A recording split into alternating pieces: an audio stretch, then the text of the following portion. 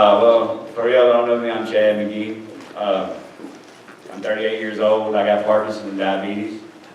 And in 2001, when my dad died, I took that really hard. I got bad off on drugs. I've been a struggling addict pretty much my whole life.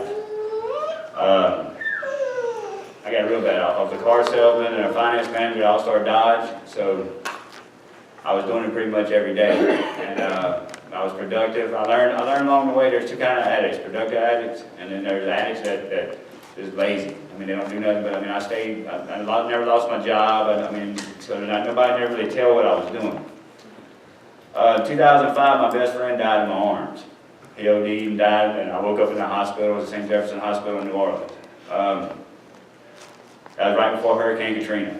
Then Katrina hit, and I went to South Dakota, and I was up there working at a bank. I started noticing things like I couldn't throw the ball as far as I used to. I couldn't skip. I was trying to skip and I couldn't. And I thought I was getting old, or I didn't know what was going on. But so I started going to the doctors up there, and they started giving me pain meds. I got hooked on them. So I ended up sitting in his office one day and looked over, and my girl that I was seeing at the time, she was going to be a pharmacy tech, so she had the book at the house, and I looked over and saw a script pad, and I took it. Started writing my own scripts, and I ended up getting caught up and ended up going to prison by myself up in South Dakota.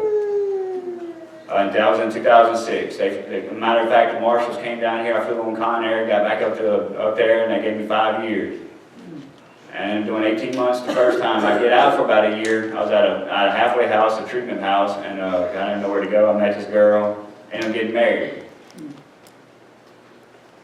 Anyway, I was in and out of prison because I was living on the street sometimes. I was in a state where no family, no nothing, so that's the reason why I got married, because I thought I could just make my own family. And I ended up going back in and out of prison. And in 2010, I couldn't walk. I was in prison, I was seeing doctors and stuff, and I come to find out they diagnosed me with lupus, Lou Gehrig disease. They didn't know what I had. I had something, but I ended up getting drug-induced Parkinson's. The chemicals and everything that I did from 2001 to 2005 messed up my brain. That's the best way I can explain it. And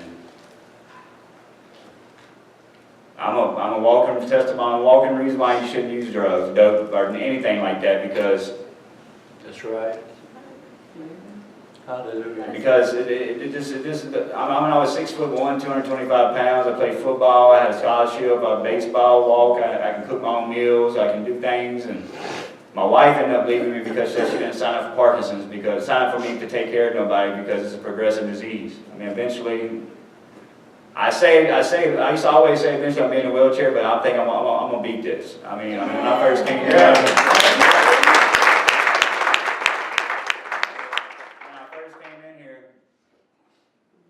I'll get to that in a minute. But anyway, in 2010, I was in prison, and I got diagnosed with Parkinson's. I get out for a minute. My wife ended up leaving me, ended up messing with pain pills again, and ended up going back to prison. So I ended up doing 6.5 years on a 5-year term. I got my flat date, that's the end of your term, whatever, was April 12, 2012. I get released. They escorted me to the bus stop, bought me a ticket, told me to get out of their state, don't ever come back. And I come to Louisiana, moved in with my mama in Addis. And when I left in 2005 and 6, I was walking, running, and then whenever I came out, my mom started crying because I couldn't walk too good.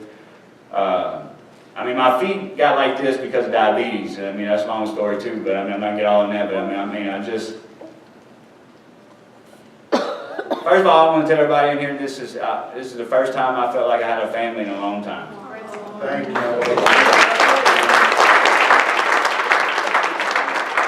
My own family made me feel not welcome. So I ended up leaving where my mom and them was at. Well, we moved back to Denham. When Walker and I started staying by myself at JW Campground. I was living by myself, and then my mom ended up moving up in there, and I ended up moving in with her. And my mom, I love my mom to death, but there's something wrong that she don't, I mean, it's terrible. I mean, it's hard to explain. I mean, it really is. I don't know what's going on. I don't know if she blames me for anything like that, but me and my mama ain't close no more. I mean, because she used me up too. I mean, to wait for the first of the month and give her my card, and she just used me up. So anyway, so I bumped into an old friend that said, hey, I'll take care of you. I got a 4-bedroom house in Independence. I'll be your caretaker. And thing about it is he was a big on meth, and so I ended up going with him because I had nowhere else to go. I stayed in a room the first month. It was okay.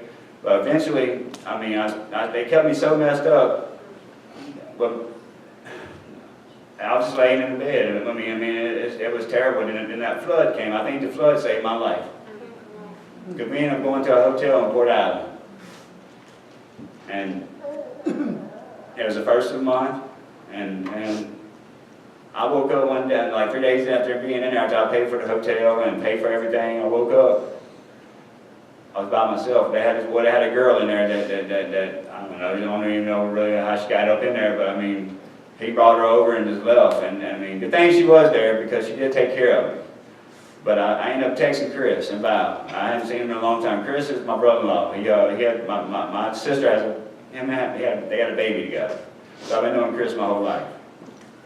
And I was just texting him. For the past month, I was reaching out because I needed, I was bad off. I mean, I really, not bad off on that right there, I was just my health. And Chris texts back, said, I'm coming to get you. And the next thing you know, a dope man, a dealer called me and said, Chad, I'm coming to get you. And so I called back Chris and Val and I said, don't worry about it. And Chris said, no. Val said she wanted to pray for you. I'm coming to get you, Chad. I don't know where you're going to go. I said, I don't know where I'm going to go. He said, we'll talk about that later. Chris showed up. He ran up in the hotel, got everything he needed, was in and out in 5 minutes. You know how Chris is. He's very, very, very energetic. Val calls him blacktop fever because he got to go all the time. But I ended up getting in the car, and I weighed 149. I barely walked in a walker. And Val looked at Val, and as we was going, I just found this out yesterday. I kept seeing Val texting stuff, like showing Chris. So I wasn't here, and come to find out, she said we're going to keep him. We're going to bring him home. And if I wouldn't have gotten in that car, I wouldn't be here right now. That's right. But I don't want to give up. There's reasons for me to give up, but because I can't do things, but Val is hard. Val's my angel. I ain't gonna lie to you. Val, wasn't for Val, I wouldn't be here. And the Lord and His church. Because I walked up in here. Well, I didn't walk in here. I barely got up in here the first time I came in here. And I couldn't even stand up for the service. Today's the first day I stand up. I hadn't had my walker in 2 weeks. Hallelujah.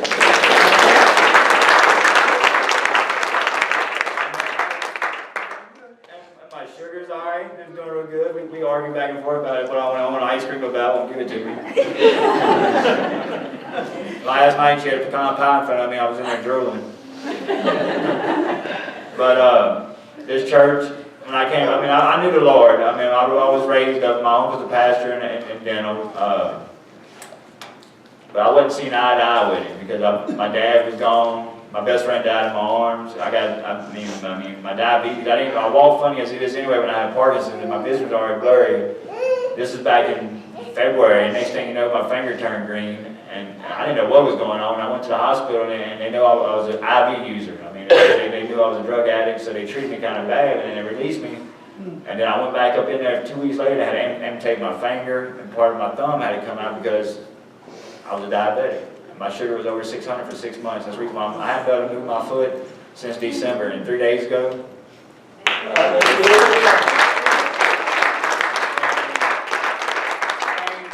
God is good because Hallelujah. There's reasons why I'm still here. Yes. There's reasons why they got a future for me. I've been clean from that stuff for 4 weeks now. Hallelujah. Because I could walk in. When I did it, I can run around, not run, but I can get around, and I was just doing it because I want to be mobile. I don't want to be laying in bed.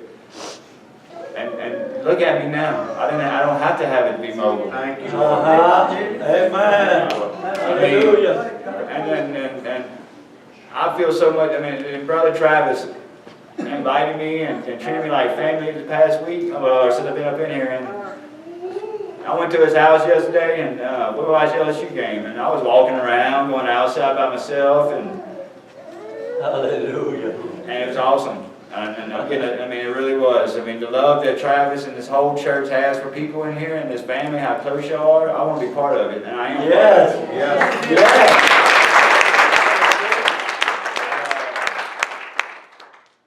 I'm gonna continue. I love this. I really do. I'm walking. I put my shoes on by myself. Put my socks on by myself. I done gained 20 pounds.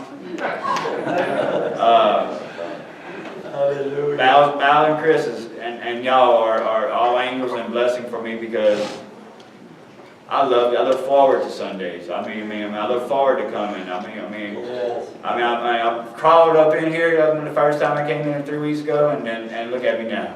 Oh, look at me now. God bless y'all, and thanks for everything that y'all do, and I'm gonna keep fighting. Yes. I love y'all very much. There's so many different kinds of love and everything, but I really love this place, and I love y'all. I feel like when I left the house this morning, we lived right down the road, and I was nervous. When we pulled up, I wasn't. But thank y'all, and y'all mean so much to me, and I love y'all.